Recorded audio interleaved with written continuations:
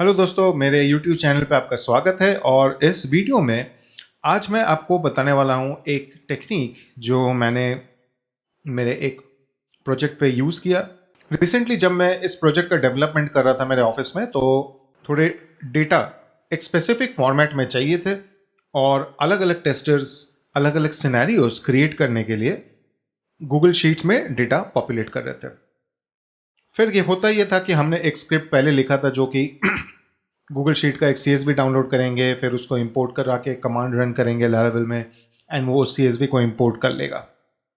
इससे होता यह था कि हमारा जो डेटा है वो टेस्टर्स के पास एक कंट्रोल्ड एनवायरनमेंट आ जाता था एंड उस डेटा के बेसिस पे वो टेस्टिंग करते थे। बट समहाउ आई फेल्ट ये पूरा जो प्रोसेस था कि गूगल शीट में पहले डेटा डालो, उसके बाद उसका CSV बनाओ, ये बहुत टाइम कंज्यूमिंग था एंड रिपीटेटिव बोरिंग काम था। यहाँ पे ऑटोमेशन का एक पॉसिबिलिटी होता है। तो हमने क्या किया, हमने देखा कि गूगल शीट से डायरेक्टली डेटाबेस में हम डेटा कैसे लाएं। अब अलग अलग स्क्रिप्ट्स थे, मैंने कुछ लैरावेल के पैकेजेस भी देखे, बट मुझे समहाउ पाइथन का जो स्क्रिप्ट और जो लाइब्रेरीज अवेलेबल थे उसमें मुझे ये सोल्यूशन बहुत इजीली होते हुए दिखा। तो मैंने एक सिंपल सा पाइथन स्क्रिप्ट बना दिया और मैं इस वीडियो में आपको वही स्क्रिप्ट के बारे में बताने वाला हूँ। तो देखिए, ये स्क्रिप्ट बेसिकली क्या करता है, ये मैंने यहाँ पे मेरे एनवायरनमेंट्स डिफाइन किए हैं। मैंने, क्योंकि मैं गूगल के APIs यूज़ कर रहा हूँ, मैंने यहाँ पे एक स्कोप डिफाइन किया है। ओके, एंड स्कोप डिफाइन करने के बाद आपको गूगल कंसोल में जाके एक ऐप बनाना रहेगा और उसका एक सर्विस फाइल बनाना रहेगा। वो जब आप कर देते हैं तो आपके पास एक ऐसा JSON फाइल आएगा, काफ़ी बड़ा रहता है ये, आप देखिए इतना कुछ है।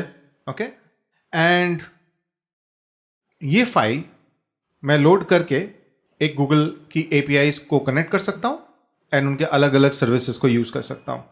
ठीक है, तो पहले हम समझ लेते हैं कि कोड क्या कर रहा है। तो देखिए, ये तो लाइब्रेरीज थे, ये मैंने लोड एनवायरनमेंट किया, ये मैंने मेरे एनवायरनमेंट के वैल्यूज़ लिए। यहाँ पे मेरा DB डेटाबेस है, यूज़र नेम है, पासवर्ड है, होस्ट्स, शीट नेम मुझे चाहिए क्योंकि यही गूगल शीट है जिसको मैं कनेक्ट करूँगा। ट्रंकेट ऑन स्टार्ट, ये एक ऑप्शनल चीज़ है। अगर मुझे डेटाबेस को पूरी तरीके से रिफ्रेश करना है तो there is a truncate command, तो मैंने वो फ्लैग डाल के रखा है कि मुझे ट्रंकेट करना है कि नहीं, और ये मेरा सर्विस अकाउंट का जो JSON फाइल है उसको पिक करने के लिए पाथ है। स्कोप्स में मुझे दो चीज़ें चाहिए रहती हैं, स्प्रेडशीट्स एंड ड्राइव, ये दोनों के परमिशंस मुझे चाहिए। ठीक है, यहाँ पे मैंने क्रेडेंशियल्स लोड किए एंड ये मैंने एक ऑथराइज करके गूगल शीट्स का इंस्टेंस बनाया।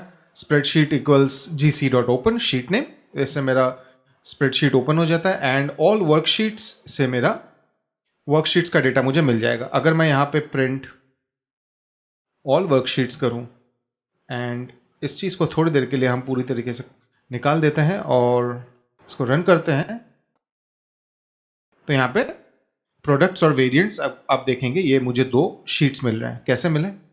क्रोम में मैं आपको दिखाता हूँ, ये मेरा गूगल शीट है, डेटा इन पाइथन शीट का नाम है, प्रोडक्ट्स और वेरिएंट्स ये दो मेरे इसके टैब्स हैं, है ना। चलिए बाकी का कोड देखते हैं। उसके बाद मैंने एक MySQL का कनेक्शन बनाया, मैंने कर्सर का इंस्टेंस लिया एंड देन मैं हर एक शीट में इटरेट कर रहा हूँ।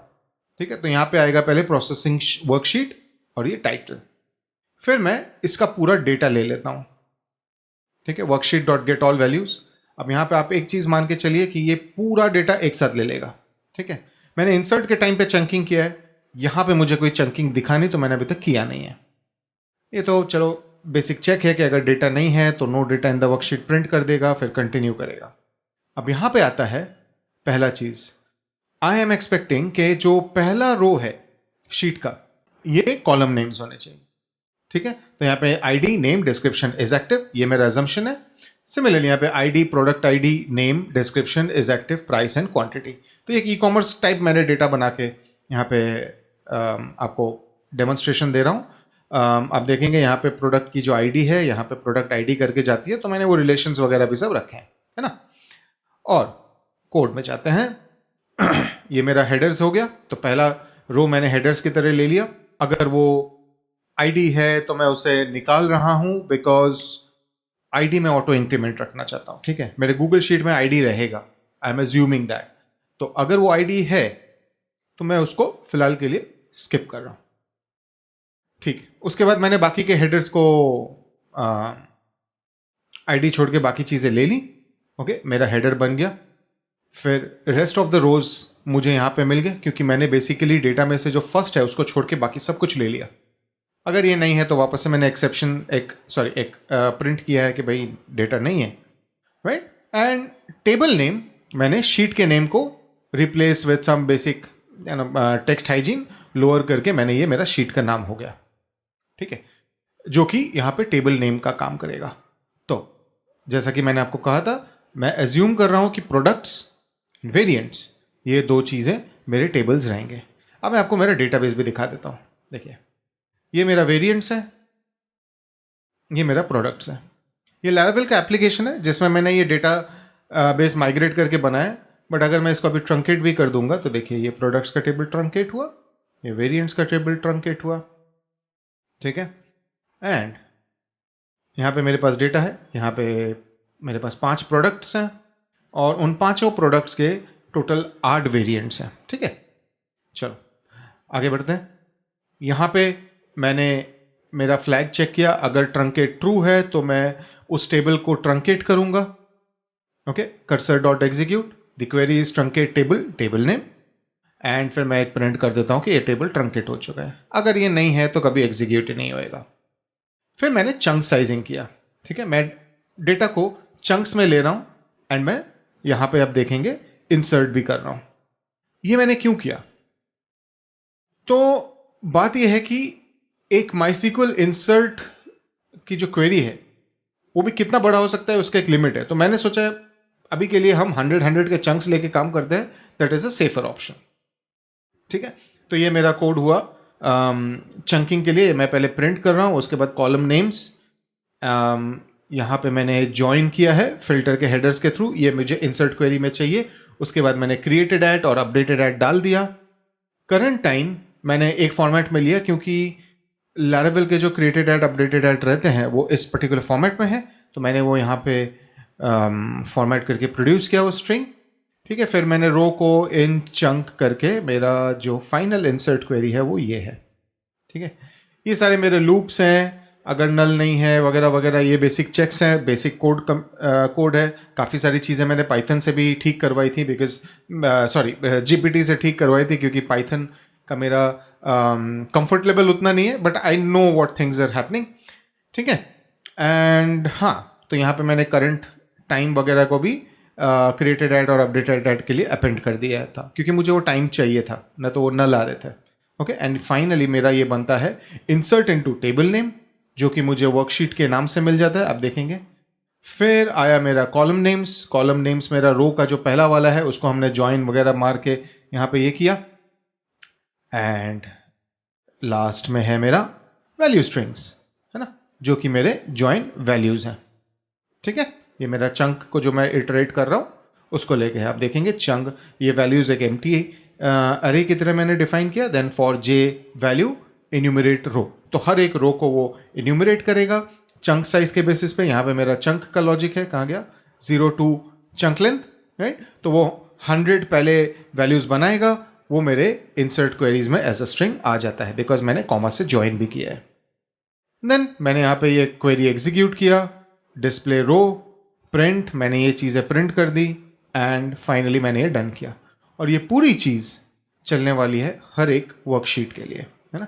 उसका जो लूप है वो रहा यहाँ पे, for worksheet in all worksheets, worksheet का लूप है, इन्यूमरेट हेडर्स है, एंड ट्रंकेट वगैरह होने के बाद ये मेरा हर चंक पे मेरा इंसर्ट्स भी है, ठीक है। तो ये मेरा बेसिक वर्किंग है।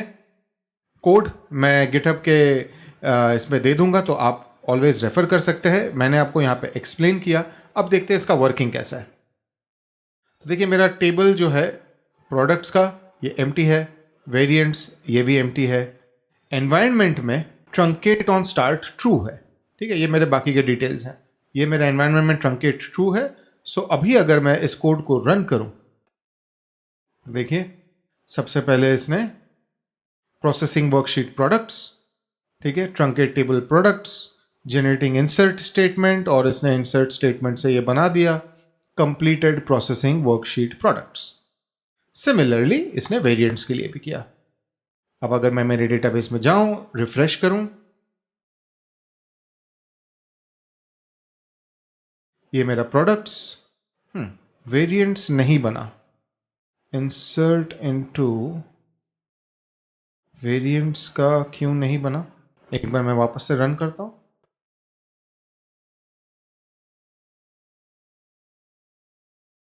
जी हाँ, वो रिफ्रेश नहीं हो रहा था किसी रीजन से, बट या प्रोडक्ट्स एंड वेरिएंट्स, ठीक है। तो ये मेरा इंसर्ट हो गया। अब फॉर सम रीजन अगर मैंने इसे फॉल्स कर दिया तो देखिए क्या होगा। मेरे प्रोडक्ट्स में 5 प्रोडक्ट्स थे, वेरिएंट्स में 8 है। मैं यहां पे जाके इसको वापस से रन करता हूं।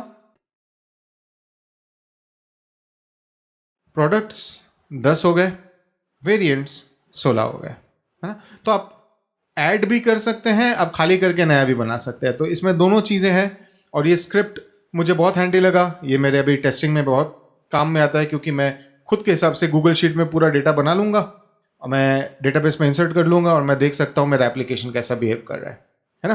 तो ये है इस स्क्रिप्ट का ब्यूटी।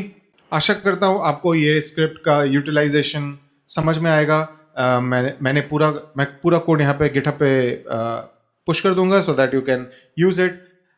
और एक चीज़ ये भी है कि मैंने सारे जो एनवायरनमेंट वेरिएबल्स हैं वो लैरावेल के साथ कंपैटिबल रखे हैं। तो बेसिकली मेरे लिए क्या होता है कि मैं ये env main.py requirement.txt और ऑब्वियसली जो मेरा क्रेडेंशियल्स का जेसॉन है, ये अगर मैंने लैरावेल के रूट में डाल दिया, दैट्स इट। मेरे मेन डेटाबेस को कनेक्ट करके ये पाइथन फाइल उसी डेटाबेस में डेटा इंसर्ट कर सकता है, क्योंकि ये पूरा प्रॉपर सिंटैक्स और फॉर्मेटिंग में मेंटेन कर रहा हूँ, है ना। तो यही चीज़ था जो मैं इस वीडियो में आपको दिखाना चाहता था। आशा करता हूँ आपको ये अच्छा लगा। अगर आपको ये वीडियो यूजफुल लगता है तो प्लीज़ थम्स अप पे क्लिक कीजिए और मेरे चैनल को सब्सक्राइब ज़रूर कीजिए। बाय।